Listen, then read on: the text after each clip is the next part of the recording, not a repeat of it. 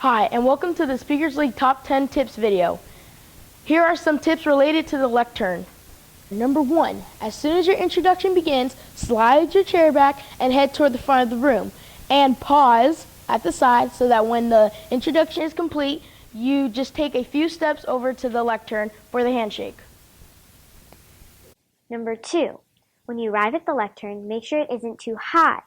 If the MC hasn't already adjusted it for your arrival, quickly adjust the level if possible, so that it's below your belly button and not blocking you. A lectern that's too high or too low is a distraction to the audience. If you can't adjust the lectern, consider requesting a step stool for your club or bring one of your own.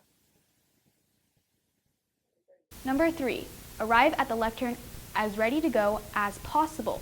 Have your speech material in the proper order out of any binder or folder. If you're using any devices, make sure they are connected, open to the proper app, and at the right volume. Preset as much as possible to reduce any delay in the beginning of your speech. You can ask others in advance to assist you. And if you anticipate any confusion about when to begin timing your speech, work out a signal with a timekeeper in advance.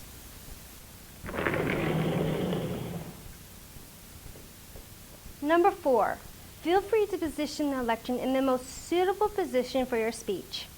If your speech includes writing on the whiteboard, showing the slides, or audience participation, etc., remember to keep yourself, your visual aids, and your participants visible to the audience as much as possible.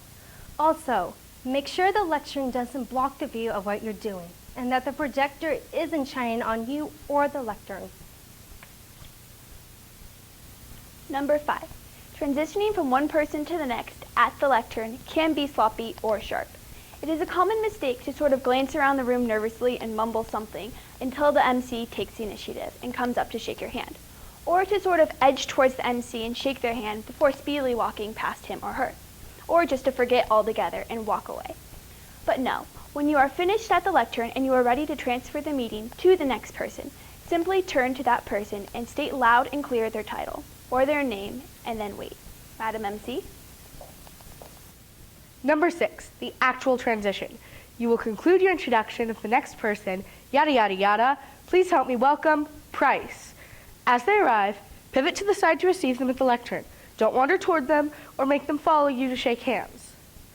You shake hands kind of at the center point and then depart. Be careful to walk behind the person, never in front. And it always bears repeating. You shake hands with your right hand, not your left, and clasp hands gently but firmly with a couple up and downs. Don't make a production number out of it. Number 7, when giving a speech, don't stand way behind the lectern or even stand behind it at all if you don't actually need it. If you know your material well enough to speak without notes, or are just relying on minimal cue cards, you're encouraged to walk in front of or away from the lectern area, or even move the lectern and its table if necessary out of the way before you begin. You can even request in advance that the MC do this for you after you are introduced. The less between you and the audience, the better. The MC and impromptu master generally stay behind the lectern so as not to make the segments about themselves, but rather about whom they are introducing or asking questions of. Number 8, if you do escape the lectern, avoid aimless wandering. This generally comes in the form of pacing back and forth, walking forward and backward, or simply rocking from side to side. Instead, walk and talk, then stop and talk to emphasize your point, walk and talk some more, and stop and talk. This helps you build a connection with the audience and helps you avoid getting the audience wondering what exactly it is you're doing rather than focusing on your material. If you do walk back to the lectern, don't ever walk backwards on the way to the lectern. Just turn around, walk straight back to the lectern, whether you're talking or not.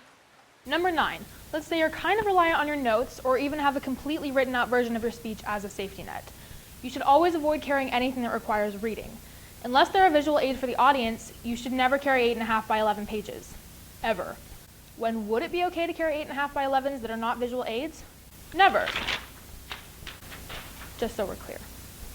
Same applies to note cards if you have a plan to read parts of your speech off them. Basically, if your speech requires reading, stay behind the lectern. The lectern is to hold your notes, not you. So generally speaking, you should avoid holding or leaning on the lectern. And finally, number 10, the proper way to handle papers at the lectern. Too often, people hold their speech up in front of them, or they flip them over, or fold them back, or turn the pages. No, no, no, no, no. When you arrive at the lectern, lay your unstapled, single-sided pages on the lectern, and when it is time to reveal another page, slide the paper or slightly lift an edge or corner and slide it to the side to reveal the next one. Same with note cards if you need to read from them. So there you have it, top 10 tips for the lectern. Thanks for watching. You can view more of our training videos at speakersleague.com/video or on the Speakers League channel on YouTube.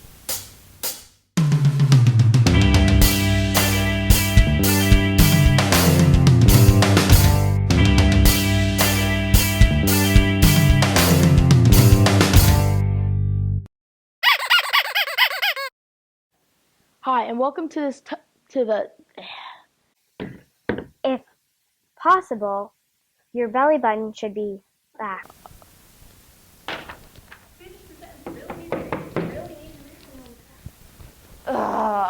And you are ready to transfer to the meeting. Oh, sorry, I messed up. Sorry if I poked any eyes out. I don't really see where that landed. Don't wander toward them or make them follow you off to shake by. Sorry, let's start over. You ready? Number 3, arrive at the lectern as, okay, one more time. Number 3, arrive at the lectern ready as good. Or just generally walking without any purpose. This will generally get the audience to think that Price should do this again. And it always bears repeating, you shake with your left hand, never your...